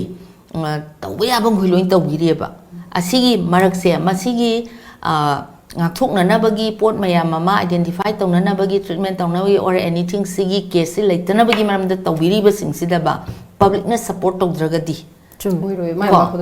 mokoina asigi leiba facilities se public na lawdragadi kana roi ba aduna masi su long na ba adudi khudakta akoi regulation leidana haidi si torgadi si taw si mai pot ko adurgadi sigi mafam si da smine he adu to wara to gaina kra sembiraga club nung leiriba mayam si da su ko sigi akoi kino se khara do's and don'ts ki pot se takbi dana ko government ki side ni wa ina hajari sa ngasai health educator or other staff mayam amana tawibado adugi type tane moi store gati moi su adum angang na control to ngani the very powerful club guys ya adagi kanu mera pai bi guys ya yam powerful oi moi ya daga ya sonte moi masa mak su oirim ni na ne sigi process sigi stage sida de khoi myam khangmin na raga tawsi habagi process damna je habini je higla iba yaoshang je yari gai di habon nung toriba mi punba yam punba yam example haja na han se akoi international women's day se tawidna aduda akoi government ki oibasu ama tawgadaba governor gi da and mi yam tinbado adu keno tawgano cancel tawi hai ai tajabani ko adi immune system si soladi or hal osaladi sigi kano gi chance yam wangi dina laina chang pa sigi maga do hai nei moina du makti ai kano gi wana te ko chap chana ai immune system solagadi again tawi dina ada ini laina chang mi yam tinbado tawgano hai na cancel tawi hai program do koi myam budi pangtau da tawi ko aduna aina masigi pot sida hujiki period sida di ko koi na ngak thokna bai bu kari no tawde family ga punna khangmina batare adagi mayam da moi khangjara su angang sing namala ka moi thokpa ma nadrabani na ina chakhidoi ne ba koi da na suna da naina adugi pot tuma masi phajana karamba ngasagi adumaina pulla kana family gi oiba mi mayam ama pullaga adugi education health education gumbagi type ta ko adugumba tawiba su phai lekai du da adu waraga di adagi awareness se mass awareness ki khutpi se masisu IC material mayam ama develop tawirangani na khajai adu sune ko chumnagi khoi print media da kai da hapagi wana taba khara su yan thok khotok tana thaba baleidana pamphlets mayam da booklets kai mayam ga se khasmari adagi di adugumba ga du su khara adum tawhan bi ba se masisu adum kana ga dra haina ai khanjai maroina khoi di community medicine da lerak panina more on preventive ta khara adum li tawga ka sum taw si maki serious oiba kano sibu di yaw di ba du ma ka ko dum prepare tawga changa ka body sabagi ade kitang kano taw ba kangbu dana khoi gi breakthrough tawna na bagi podcast se tawdana case tu matuna ka tawga yawe ba du mai pot si dana aigi mot ni ko se mayang gi su adum leibiram gani family de su sigi level si de su adum phajana moi myam de bu khangan bi ba dei booklets pamphlets mayam de material ka se pira kholaga aware o henna badu honna bi basa masi su aigi site di sort of sigi kano sira mating yam oine na khale adu aigi mot oina tamja kana wafu mayam de ko habidi mayam da hen awareness oina na bu mayam thambi ko adigi marak da kenom tanga sai doctor na marks upagi matang do adu loina da kar je leiba jani ko akoina ne ma su phasi am haina da ba masi yawe ba some comfortable oi de da ko aduna tawra kan da su hek tok tok ba ꯑꯗꯨꯃꯛꯅ ꯀꯩꯅꯣꯅꯤ ꯍꯥꯏꯕꯩ ꯋꯥꯅꯤ ꯃꯣꯏ ꯎꯞꯀꯅꯨ ꯍꯥꯏꯕꯩ ꯋꯥꯗꯤ ꯅꯠꯇꯦꯕ ꯌꯥ ꯉꯝꯖꯔꯒꯗꯤ ꯎꯞꯄꯨ ꯍꯥꯏꯕꯅꯦꯕ ꯗꯔꯀꯥꯔꯁꯨ ꯌꯥꯝ ꯂꯩꯕ ꯁꯤ ꯔꯦꯁꯄꯤꯔꯦꯇꯔꯤ ꯀꯩꯅꯣꯁꯤꯀꯣ ꯗ꯭ꯔꯣꯞꯂꯦꯠ ꯀꯩꯅꯣꯁꯤ ꯎꯞꯇ꯭ꯔꯒꯗꯤ ꯑꯗꯨꯝ ꯁꯠ ꯆꯣꯡꯖꯟꯕ ꯌꯥꯕ ꯄꯣꯠꯁꯨ ꯂꯩꯕꯅꯤꯅ ꯎꯞꯄꯗꯤ ꯌꯥꯝ ꯐꯕꯖꯥ ꯍꯧꯖꯤꯛ ꯐꯪꯕꯨ ꯐꯪꯗ꯭ꯔꯦ ꯍꯥꯏꯕꯕꯨ ꯍꯥꯏꯔꯤꯅꯦ ꯐꯪꯉꯤꯕ ꯈꯔꯁꯨ ꯂꯣꯏ ꯂꯩꯈ꯭ꯔꯕꯗꯣ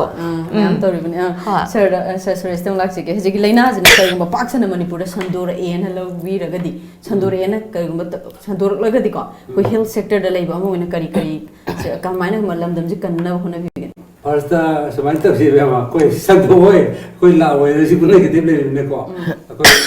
ꯁꯟꯗꯣꯛꯇꯕ ꯍꯥꯏꯅ ꯂꯥꯏ ꯈꯨꯔꯨꯝꯁꯤ ꯂꯥꯛꯇꯧꯁꯨ ꯃꯥꯟꯗꯦ ꯑꯩꯒꯤ ꯄꯔꯁꯣꯅꯦꯜ ꯚ꯭ꯌꯨꯗ ꯑꯗꯨꯕꯨ ꯅꯍꯥꯛꯅ ꯑꯗꯨꯝ ꯀꯣꯏꯁꯟ ꯑꯃ ꯍꯪꯉꯕꯅꯤꯅ ꯑꯩ ꯀ꯭ꯋꯥꯔꯤ ꯑꯟꯁꯔ ꯑꯃ ꯄꯤꯒꯦꯕꯀꯣ ꯍꯧꯖꯤꯛꯇꯤ ꯁꯤ ꯁꯣꯏꯅ ꯁꯟꯗꯣꯛꯇ꯭ꯔꯤ ꯐꯖꯕ ꯄ꯭ꯔꯤꯚꯦꯟꯇꯤꯚ ꯃꯦꯖꯔꯕꯨ ꯂꯧꯔꯤꯀꯣ ꯑꯩꯅ ꯗꯥꯏꯔꯦꯛꯇꯔ ꯑꯣꯏꯔꯤꯉꯩ ꯍꯥꯏꯇꯥꯔꯦ ꯆꯥꯟꯅꯔꯨꯕ 2007ꯗꯀꯣ ꯕꯥꯔꯠ ꯐ꯭ꯂꯨ ꯇꯥꯔꯝꯒꯅꯤ ꯃꯇꯝ ꯇꯧꯈꯤꯕꯗꯣ ꯑꯩꯒꯤ ꯃꯇꯝꯗꯅꯤꯀꯣ ꯕꯥꯔꯠ ꯐ꯭ꯂꯨꯁꯤ ꯅꯥꯔꯕꯅꯦꯕ ꯄꯨꯔꯥ ꯀꯩꯅꯣꯁꯤꯗꯀꯣ ꯑꯁꯤꯗ ꯃꯔꯨ ꯑꯣꯏꯅ ꯒ꯭ꯔꯦꯇꯔ ꯏꯝꯐꯥꯜ ꯑꯦꯔꯤꯌꯥꯁꯦ ꯁꯤ ꯃꯤ ꯑꯔꯥꯎꯟ 6-7-8 ꯂꯥꯛ 14 ꯂꯥꯛꯃꯨꯛ ꯂꯩꯕꯁꯦ ꯁꯤ 7 ꯀꯟꯇ꯭ꯔꯤꯁꯤ ꯒ꯭ꯔꯦꯇꯔ ꯏꯝꯐꯥꯜꯁꯦ ꯑꯩꯈꯣꯏꯗꯤ ꯃꯇꯝꯗꯨꯗ RD ꯋꯤꯡꯗ ꯑꯩꯅ ꯁꯦꯟꯇꯔ ꯑꯃ 24 ꯑꯋꯥꯔ ꯍꯥꯡꯉꯒ ꯌꯨꯝ ꯍꯥꯎꯁ ꯇꯨ ꯍꯥꯎꯁ ꯁꯔꯚꯦ ꯆꯠꯂꯤꯅꯦ ꯑꯅꯥꯕ ꯂꯩꯕ꯭ꯔꯥ ꯍꯥꯏꯅꯀꯣ ꯍꯧꯖꯤꯛ ꯉꯁꯥꯏ ꯍꯥꯏꯕ ꯀꯞ ꯐꯤꯚꯔ ꯂꯩꯕ ꯃꯌꯥꯝꯁꯦ ꯌꯨꯝꯗ ꯆꯠꯂ ꯁꯔꯚꯦ ꯇꯧꯔꯅꯤ ꯁꯤ ꯂꯣꯏꯅꯃꯛꯁꯤꯅꯤꯀꯣ ꯑꯗꯒꯤ ꯑꯗꯨꯗꯒꯤ ꯔꯤꯄꯣꯔꯠꯁꯦ ꯗꯦꯂꯤ ꯀꯂꯦꯛ ꯇꯧꯔ ꯄꯨꯡ 9ꯗ ꯒꯚꯔꯟꯃꯦꯟꯇ ꯊꯥꯔꯅꯤ ꯅꯨꯃꯤꯠ ꯈꯨꯗꯤꯡꯒꯤ ꯁꯤ about it took about 30 ꯅꯨꯃꯤꯠꯇꯤ ꯀꯥꯎꯔꯦꯅꯦ 40 daysꯒꯨꯝꯕ ꯆꯪꯉꯤꯀꯣ ꯄꯩꯁꯥ ꯀꯌꯥꯝ ꯆꯪꯉꯤ ꯀꯌꯥꯝ ꯋꯥꯏ ꯃꯤ ꯃꯌꯥꯝꯁꯤ ꯑꯩꯈꯣꯏ ꯇꯣꯂꯔꯕꯜ ꯑꯁꯤ ꯄꯨꯡ 9 ꯑꯗꯩꯗ ꯈꯥꯏꯗꯣꯛꯅꯗꯅ ꯔꯨꯇꯤꯟ ꯇꯧꯗꯅꯀꯣ ꯇꯧꯋꯦꯕ ꯑꯗꯨꯗ ꯑꯗꯨ ꯐꯖꯅ ꯑꯩꯈꯣꯏ ꯄ꯭ꯔꯤꯚꯦꯟꯇꯤꯚ ꯑꯣꯏꯗꯅ ꯀ꯭ꯌꯣꯔ ꯇꯧꯗꯅ ꯑꯩꯈꯣꯏ ꯄ꯭ꯔꯤꯚꯦꯟ ꯇꯧꯕ ꯉꯝꯈꯤꯑꯕ ꯍꯥꯏꯕꯗꯤ ꯀ꯭ꯌꯣꯔ ꯇꯧꯕ ꯉꯝꯈꯤꯑꯕ ꯃꯅꯤꯄꯨꯔꯗ ꯀꯟꯕ ꯉꯝꯈꯤꯑꯕꯀꯣ ꯑꯗꯨꯃꯥꯏꯅ ꯍꯥꯏꯕꯗꯤ ꯑꯩꯈꯣꯏꯒꯤ ꯍꯦꯜꯊ ꯁꯦꯛꯇꯔꯁꯤꯗꯤ ꯑꯩꯈꯣꯏꯒꯤꯗꯃꯛꯇꯗꯤ ꯄ꯭ꯔꯤꯚꯦꯟꯇꯤꯚ ꯇꯧꯅꯅꯕ ꯂꯥꯛꯑꯦꯅ ꯈꯜꯂꯁꯤꯅꯦ ꯐꯥꯔꯁꯇ ꯂꯥꯛꯑꯣꯏꯅ ꯑꯩ ꯈꯟꯖꯩ ꯑꯗꯨꯒ ꯃꯤꯄꯥꯏꯅꯤꯡꯉꯥꯏ ꯁꯨꯡꯂꯩ ꯂꯩꯇꯦ ꯑꯩꯈꯣꯏꯒꯤ ꯃꯇꯤꯛ ꯆꯥꯕ ꯏꯅꯞ ꯃꯦꯟ ꯄꯋꯥꯔ ꯂꯩꯁꯦ ꯄ꯭ꯂꯁ ꯇ꯭ꯔꯦꯟ ꯇꯧꯔꯕꯀꯣ ꯁꯤꯅ ꯑꯩꯈꯣꯏꯅ ꯕꯥꯔꯠ ꯐ꯭ꯂꯨꯗ ꯐꯥꯏꯠ ꯇꯧꯈꯤꯕꯗꯨ ꯆꯥꯎꯔꯕ ꯑꯃꯅꯦꯕꯀꯣ ꯑꯗꯨꯃꯥꯏꯅ ꯇꯧꯔꯛ ꯇꯥꯔꯒꯁꯨ ꯑꯗꯨꯛ ꯆꯥꯎꯅꯁꯨ ꯇꯧꯔꯣꯏ ꯁꯤꯗꯩꯗ ꯇꯧꯔꯗ ꯑꯥꯏꯁꯣꯂꯦꯇꯦꯠ ꯍꯤꯌꯔ ꯏꯟꯗꯤꯌꯥ ꯇꯧꯔꯛꯇꯧ ꯃꯉꯥꯏ ꯂꯥꯛꯄ ꯃꯤ 2-3ꯒꯨꯝꯕꯀꯣ ꯑꯗꯨꯅ ꯑꯩꯈꯣꯏꯒꯤ ꯄꯨꯔꯥ ꯑꯦꯛꯁꯄꯔꯇꯩ ꯂꯩꯖꯩ ꯐꯨꯜ ꯄ꯭ꯔꯤꯄꯦꯔꯦꯁꯟꯅꯤ ꯒꯣꯔꯃꯦꯟ ꯏꯟꯗꯤꯌꯥꯅ ꯒꯣꯔꯃꯦꯟ ꯃꯅꯤꯄꯨꯔꯒꯤꯀꯣ ꯑꯩꯈꯣꯏ ꯑꯗꯨ ꯑꯩꯈꯣꯏ ꯐꯖꯅ ꯑꯩꯈꯣই ꯇꯦꯀꯜ ꯇꯧꯕ ꯉꯝꯅꯤ ꯍꯥꯏꯕꯁꯦ ꯍꯥꯏꯕꯗꯤ ꯂꯩꯔꯤꯕ ꯃꯦꯟ ꯄꯋꯥꯔ ꯑꯦꯛꯁꯄꯔꯇꯥꯏꯖ ꯑꯗꯒꯤ ꯗ꯭ꯔꯒꯁ ꯑꯗꯒꯤ ꯁꯔꯚꯤꯂꯦꯟꯁ ꯁꯦꯟꯇꯔ ꯀꯣ ꯂꯦꯕꯣꯔꯦꯇꯔꯤ ꯇꯦꯁꯇꯤꯡ ꯃꯌꯥꯝ ꯂꯩꯔꯤꯁꯦ ꯄꯨꯟꯁꯤꯜꯂꯒ ꯇꯧꯕꯗ ꯑꯩꯈꯣꯏ ꯐꯖꯅ ꯐꯥꯏꯠ ꯇꯧꯕ ꯉꯝꯅꯤ ꯀꯤꯅꯤꯡꯉꯥꯏ ꯂꯩꯇꯦꯅ ꯈꯟꯖꯩ ꯃꯇꯥꯡꯁꯤꯗ ꯑꯩ ꯑꯦꯗ ꯑꯝꯇꯪ ꯇꯧꯖꯒꯦ ꯀꯩꯒꯨꯝꯕ ꯊꯣꯛꯑꯦꯅꯁꯨ ꯈꯜꯂꯁꯦꯕ ꯁꯔꯅꯗꯤ ꯑꯩꯈꯣꯏ ꯃꯌꯥꯝ ꯍꯧꯖꯤꯛ ꯇꯧꯔꯤꯁꯤꯗꯤ ꯆꯪꯉꯛꯇꯅꯕꯅꯦꯕ ꯀꯩꯒꯨꯝꯕ ꯈꯪꯍꯧꯗꯗꯅ ꯈꯨꯖꯤꯟ ꯈꯨꯅꯥꯡ ꯊꯣꯛꯇꯒꯤ ꯊꯣꯛꯂꯛꯑꯒꯁꯨ ꯑꯩꯈꯣꯏ ꯍꯧꯖꯤꯛ ꯄ꯭ꯂꯥꯟ ꯐꯖꯅ ꯂꯩꯔꯦ ꯁꯤꯒꯤ ꯁ꯭ꯇꯦꯟꯗꯔꯠ ꯑꯣꯄꯔꯦꯇꯤꯡ ꯄ꯭ꯔꯣꯁꯤꯖꯔꯁ ꯐꯖꯅ ꯂꯩꯔꯦ ꯀꯟꯇꯦꯟꯃꯦꯟ ꯄ꯭ꯂꯥꯟꯁꯤꯗ DCꯅ ꯅꯣꯗꯦꯜ ꯑꯣꯐꯤꯁꯔ ꯑꯣꯏꯔꯒ ꯃꯥꯒꯤ ꯁ꯭ꯇꯥꯐ ꯃꯌꯥꯝ ꯑꯃ ꯗꯤꯄꯥꯔꯠꯃꯦꯟ ꯃꯌꯥꯝꯒꯤ ꯍꯥꯏꯕꯗꯤ ꯀꯩꯒꯨꯝꯕ ꯀꯦꯁ ꯑꯃ ꯂꯩ ꯇꯥꯔꯒꯗꯤ ꯀꯦꯁꯇꯨꯗꯒꯤ ꯑꯇꯣꯞꯄ ꯃꯥꯅ ꯀꯣꯟꯇꯦꯛ ꯂꯩꯔꯨꯕ ꯃꯌꯥꯝꯗꯣ ꯀꯃꯥꯏꯅ ꯇ꯭ꯔꯦꯁ ꯇꯧꯅꯤ ꯑꯗꯒꯤꯗꯤ ꯉꯁꯥꯏꯒꯤ ꯅꯥꯔꯤꯕ ꯃꯤꯗꯨꯅ ꯀꯃꯥꯏꯅ ꯇꯧꯔꯒ ꯀꯔꯝꯕ ꯔꯤꯐꯔꯦꯜ ꯍꯣꯁꯄꯤꯇꯥꯜꯗ ꯄꯨꯔꯛꯀꯅꯤ ꯑꯗꯨꯒꯨꯝꯕ ꯑꯗꯒꯤꯗꯤ IC ꯀꯅꯥꯅ ꯄꯤꯅꯤ ꯑꯗꯨꯒꯨꯝꯕꯒꯤ ꯂꯣꯏꯅꯃꯛ ꯁꯤꯒꯤ ꯀꯟꯇꯦꯟꯃꯦꯟ ꯄ꯭ꯂꯥꯟꯁꯤꯃ ꯐꯨꯜꯗ ꯂꯩꯔꯦ DCꯁꯤꯡꯗꯁꯨ ꯂꯣꯏꯅꯃꯛ ꯁꯤꯁꯦ ꯀꯩꯅꯣ ꯇꯧꯋꯦ ꯑꯗꯨꯒ ꯑꯩꯈꯣꯏꯒꯤ ꯄꯣꯖꯤꯇꯤꯚ ꯑꯣꯏꯁꯨ ꯑꯣꯏꯗꯅ ꯑꯣꯏꯔꯦ ꯀꯥꯏꯅ ꯑꯩꯈꯣꯏꯒꯤ ꯃꯔꯛꯁꯤꯗ ꯑꯝꯇꯪ ꯂꯥꯛꯆꯒꯦꯕꯀꯣ ꯑꯁꯤꯒꯤ ꯑꯣꯏꯔꯦ ꯀꯥꯏꯅ ꯍꯦꯛꯇ ꯁꯣꯁꯤꯌꯦꯜ ꯃꯦꯗꯤꯌꯥꯗ ꯍꯟꯗꯛꯇꯁꯨ ꯌꯥꯝ ꯁꯟꯗꯣꯛꯈꯤꯀꯣ ꯑꯗ ꯃꯌꯥꯝ ꯑꯃꯅ ꯑꯃꯨꯛ ꯊꯥꯅ ꯃꯤꯅꯤꯠ ꯑꯃꯗ ꯑꯗꯨꯝ ꯐꯅ ꯚꯥꯏꯔꯦꯜ ꯑꯣꯏꯗꯅꯀꯣ ꯁꯦꯀꯦꯟ ꯑꯃꯅꯤꯗ ꯑꯗꯨꯝ ꯑꯗꯨꯃꯥꯏꯅ ꯁꯨꯃꯥꯏꯅ ꯇꯧꯔꯛꯄꯁꯤꯗꯅꯦ ꯃꯤꯌꯥꯝꯗ ꯃꯤꯄꯥꯏꯕ ꯄꯣꯛꯍꯜꯂꯤꯕ ꯊꯧꯑꯣꯡꯁꯦ ꯁꯤꯒꯤ ꯃꯇꯥꯡꯁꯤꯗ ꯍꯥꯏꯔꯞ ꯈꯤꯇꯪ ꯊꯝꯕꯤꯌꯨ ꯁꯤꯒꯤ ꯃꯇꯥꯡꯗ ꯑꯩꯅ ꯍꯥꯏꯖꯒꯗꯕꯗꯤ ꯍꯧꯖꯤꯛ ꯑꯩꯈꯣꯏꯅ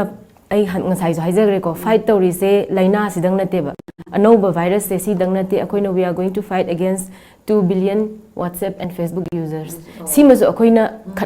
ꯂꯥꯟꯊꯦꯡꯅꯕꯁꯤ ꯌꯥꯎꯔꯤꯕꯅꯦꯕ ꯅꯠꯇꯦ ꯍꯥꯏꯕꯁꯤ ꯉꯝꯃꯛꯇꯕꯁꯨ ꯌꯥꯏ ꯑꯗꯨꯅ ꯑꯩꯈꯣꯏꯅ ꯍꯥꯏꯖꯒꯗꯕꯗꯤ ꯃꯅꯤꯄꯨꯔꯒꯨꯝꯕ ꯁꯤꯒꯨꯝꯕ ꯂꯩꯕꯥꯛꯁꯤꯗꯗꯤ ꯗꯥꯏꯔꯦꯛꯇꯔ ꯍꯦꯜꯊ ꯁꯔꯚꯤꯁꯦꯁꯅ ꯅꯨꯡꯇꯤꯒꯤ ꯑꯞꯗꯦꯠ ꯑꯃ ꯄꯤꯔꯤ ꯑꯗꯨꯒ ministry of health and family ꯋꯦꯜꯐꯤꯌꯔꯅꯁꯨ ꯑꯞꯗꯦꯠ ꯄꯤꯔꯤ ꯁꯤꯒꯨꯝꯕꯁꯤꯗ ꯑꯣꯏꯅ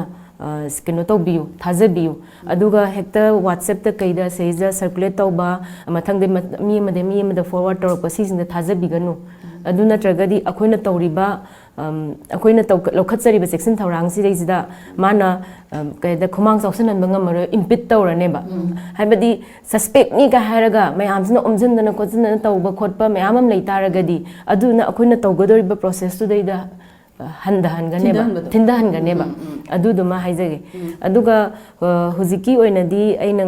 ꯍꯟꯖꯟꯅꯁꯨ ꯍꯥꯏꯖꯔꯦ Directorate of Health Services na nungtigi daily update thoi aduga karigumba case ama leiragasu ju hena gyan tana ba action na thambiru matang sida habadi yamna kogi rumors tawtana social media da viral oijaning ba ni khangde mane to ba yamba yawi da adu mayam do tong na ba madam na viewers de gyan tabina mayam da aina haizaningi sidi sigi da karigumba suspect ama leire hairagasu natragana confirm case ama leire hairagasu Directorate of Health Services tagi press meet tawdana press conference tawdana mayam da phongdorakani isa isa gi section tharang launaba aduna sigimba matang yorakpa matamdadi viral oiraga chatliba potliba si mayam si de thajabiganu aduga karigumba any information taseng information khangbi ge hairagadi akhoi helpline number 24/7 si se adum tawraga leini 0385 241166 is adum phone tawraga hangbiu sinatragadi akoina yam kanna hotna zariba section thorang sing se si su paikhat pangam moi doine simta hai masen da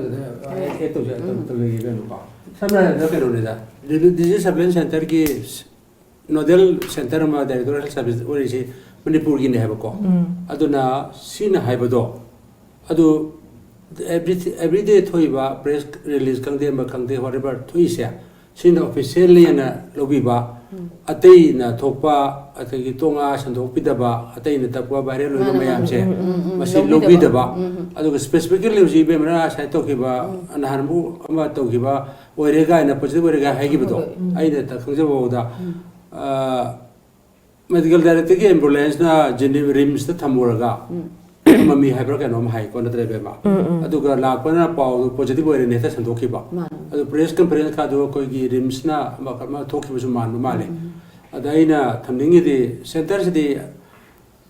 ani hom gi spokesperson hai tare ko na haraga si oi da ba asi the only director ki the nodal center ni director health service now chief ni one in all ni ko aduna atei di na so masida kari haisira interpret to bidaba yaw bidaba ko adu anything like ko tam so director digi ano ba latest information lobio mo de cpo na advice to biba adigi newspaper mayam dinu so adigi be mo ko IC mass media gi mayam so adu minus sandok biba adu ko lona tonga sandok pigano karim ta masida kenenga leite ko Manipur da ho ba leitri Manipur da ho ba da ka man pi screen to gi ba 398 hai ko si manung da test to give screen to give se si manung da sida signal gumbo di kya sida da completed observation 2 to 1 observation loi gare ko ado test to 14 ne ngodi report se si manung da negative ngak ta ne ko ado na kan ti kinenga leite Manipur da di ado ka sai to nga se si sandok ta na tha ja ta na ba ya mane ta pe pa ta Facebook ta gar ko ko se ya ri ma do di action bolo ya go me no ai di go me action bolo ya pa matam dugi website ta ma gi kanu do thorpa report na tana to pa koi media da kai da sandok ko do lobby gno se the directorial service the family se we ma ya pa center ko 24 hour na 24 hour into 7 hang le se si na authority ni sidagi wa lobby you sidagi power lobby you ko mo na have pressure no to the depend of you ate lo na mo neglect of you se yam kan na se hai bo thok ta mata ga me dem dam la che ko na sai na smile remote tok dana any si dana tra ga ju ka su ta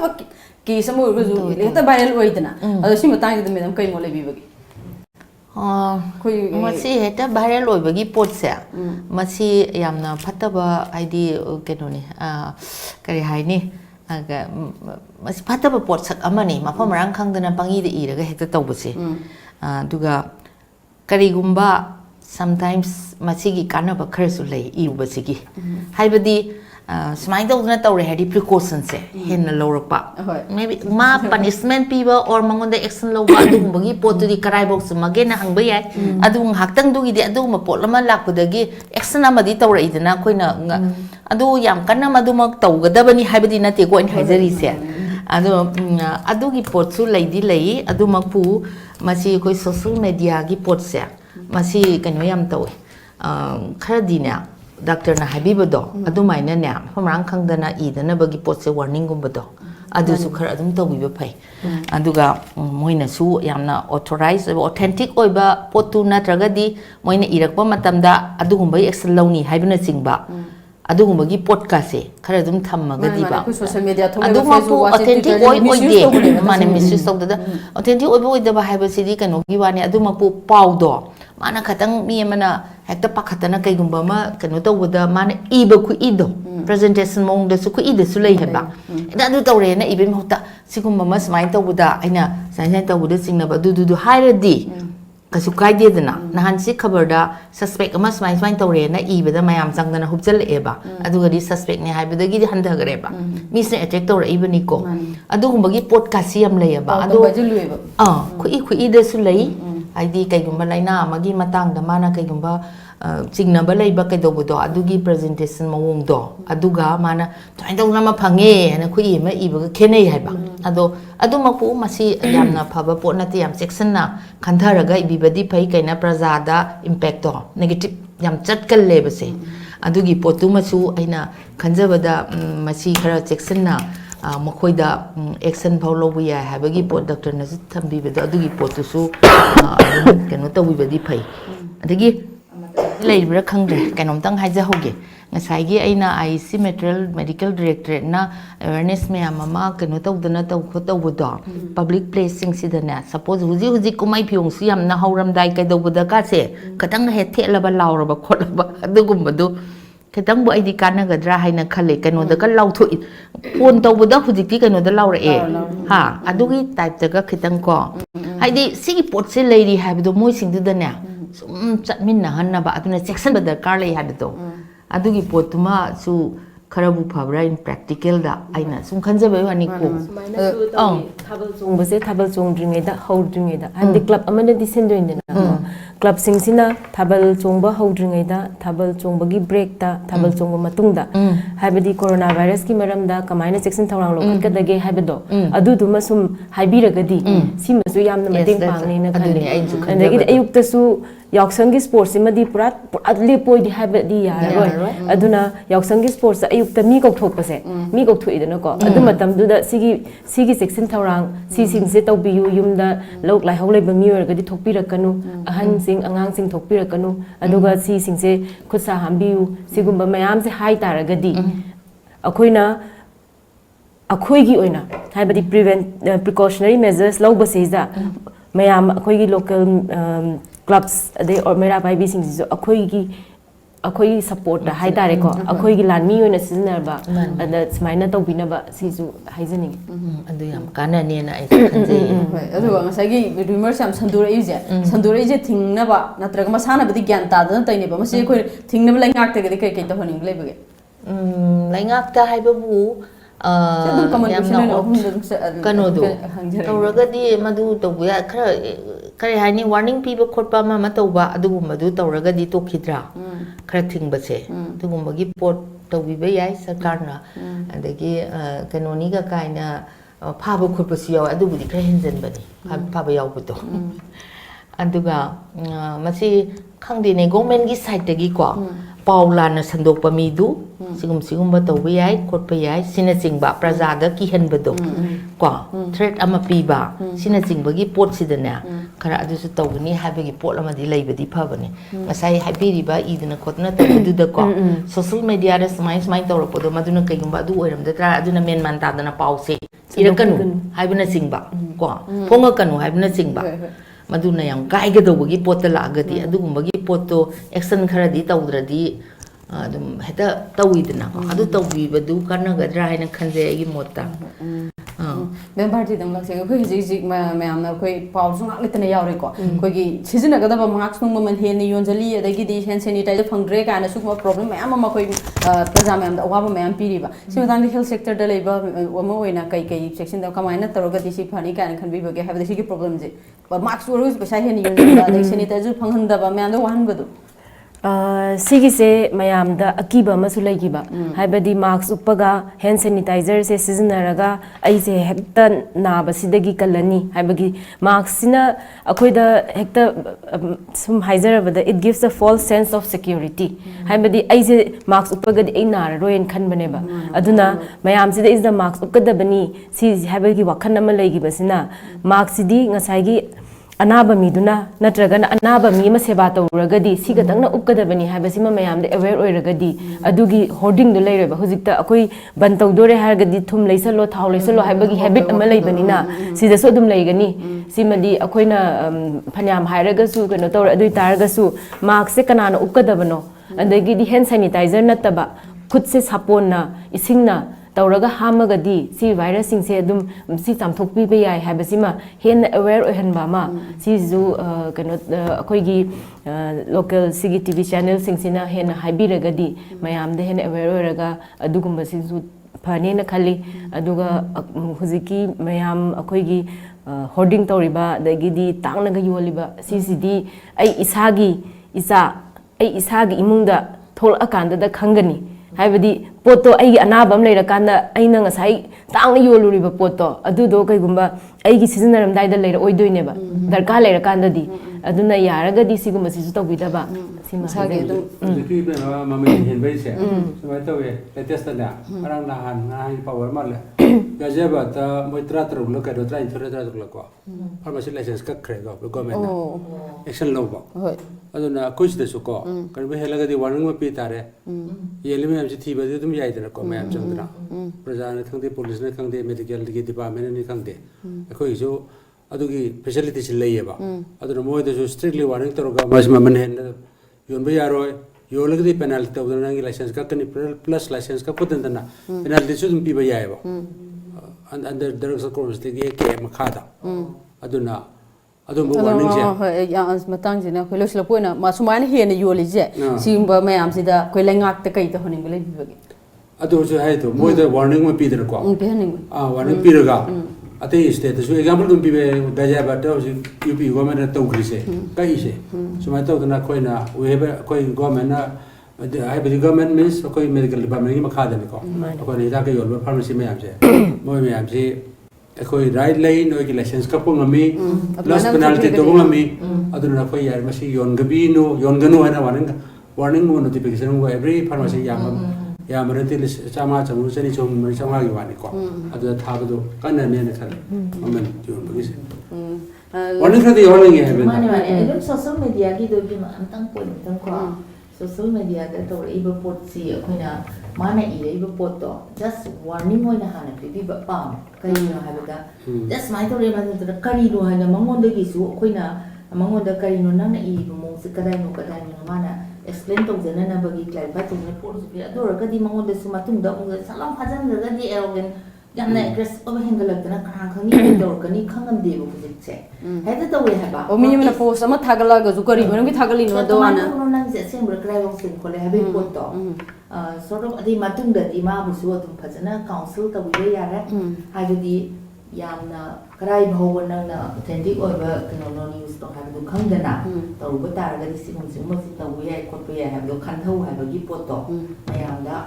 ki han ba po han ga nu ha ba gi pot to adu su adum ai khamada dum khabrai na khali personal individual na tani na madai de heta ngam na sonam da heta na ni be jel da tham pot tu di ina katang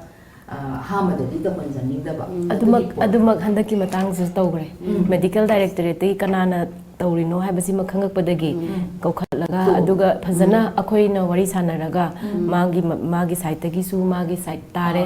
directorate of health services tagi su akoigi simai smai tawgadabani habadu mazu thammaga mama sa gyan tana aduga sakhi aduga